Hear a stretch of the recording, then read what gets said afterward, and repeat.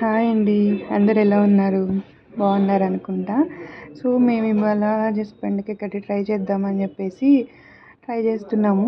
అంటే నేనేమి చెఫ్‌ని కాదు. జస్ట్ నేను కూడా యూట్యూబ్‌లో జస్ట్ అలా చూసి ట్రై చేస్తూ ఉన్నాము నేను మా సిస్టరు. సో, బెండి డీప్ ఫ్రై చేసుకుందామని చెప్పేసి బెండీస్‌ని ఇలా కట్ చేసుకుంటూ ఉన్నాము.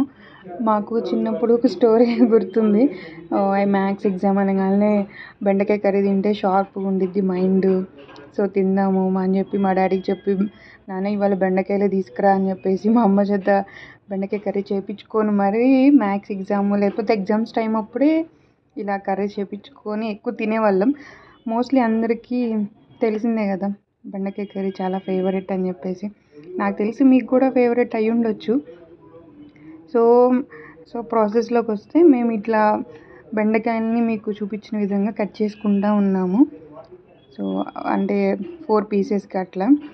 సో వాటికి కావాల్సినవి అంటే మేము ఆల్మోస్ట్ హాఫ్ కేజీ తీసుకున్నాము. మా ఫ్రెండ్స్ ఎప్పుడు టీజ్ చేస్తూ ఉన్నారు, ఎప్పుడు నువ్వు ఒక్కదానే వండుకొని తింటావా, కొంచెం మాకు కూడా వండి పెట్టొచ్చు కదా అనేసి.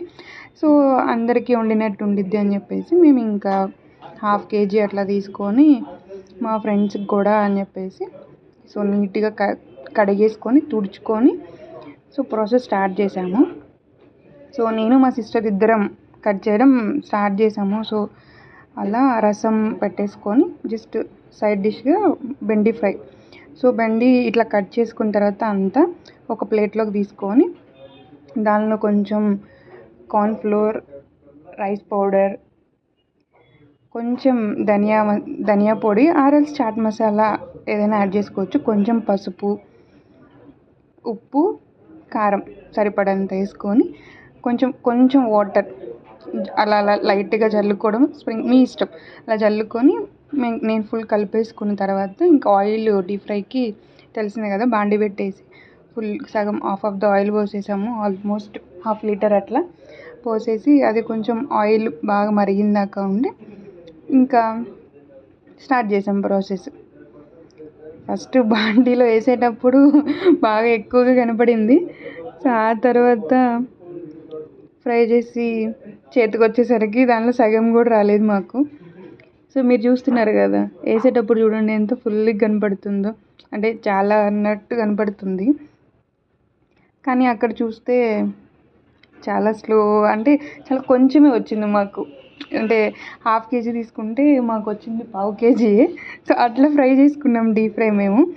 సో చూడండి మీకు కనపడుతుంది కదా వీడియోలో. సో అట్లా కొంచెమే అలా మా ఫ్రెండ్స్కి సగం షేర్ చేసుకొని కొంచెం మేము ఉంచుకున్నాము. ఈవినింగ్కి కూడా మళ్ళీ కుక్ చేయలేము కదా.